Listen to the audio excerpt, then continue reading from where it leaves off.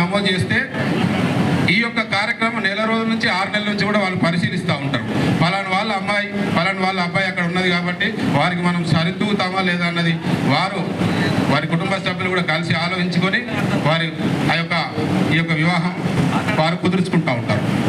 అయితే దయచేసి దాదాపు ఇవాళ 250 ఎంత వచ్చిన రిజిస్ట్రేషన్ కొంచెం అయిన తర్వాత వారు ఆ టేబుల్ దగ్గర ఎవరైతే రాస్తూ ఉన్నారో వాళ్ళు చెప్తారు కాబట్టి ఆ విషయం వాళ్ళు చెప్తారు. అయితే ఈ యొక్క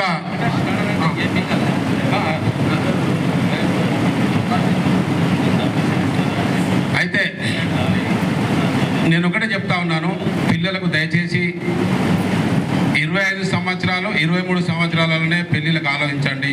ఎందుకంటే మన జీవన కాలం 70 సంవత్సరాలు 65 అంతకంటే మించి ఉండదు. అందుకనే మనం 30 సంవత్సరాలు 35 సంవత్సరాలు కనుక వేచి చూస్తే వాళ్ళకు ఎక్కువ జీతం రాలేదనో, మాకు సంబంధించిన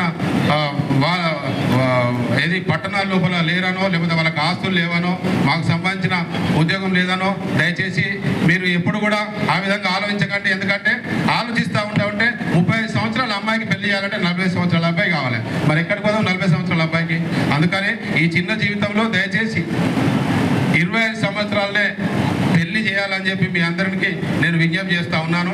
ఎవరైతే నమోదు చేస్తున్నారో వారందరికీ కూడా ఆ యొక్క దేవదేవుని ఆశీస్సులు ఉండాలని చెప్పి మీ పిల్లలకు త్వరలో ఈ యొక్క వివాహ పరిచయ వేదిక సందర్భంగా మంచి సంబంధాలు కుదర్చాలని చెప్పి ఆ యొక్క దేవదేవుని 7 లోకాలకు అధిపతి అయినటువంటి ఆ యొక్క భుజగభూషణ భుజంగుని ఢమరుకునాథ సాత్వికుడైనటువంటి ఆ యొక్క శివుని కోరుకుంటూ ఓం శతమానం భవతి శతాయు పురుషతేంద్రియే ఆయుష్యవేంద్రియే ప్రతిష్టతి మనోవాంఛ ఫల సిద్ధిరస్తు ఇష్టకామ్యాభివృద్ధిరస్తు సుఖీ భవ చిరంజీవ చిరంజీవ. నమస్సుమాంజలి.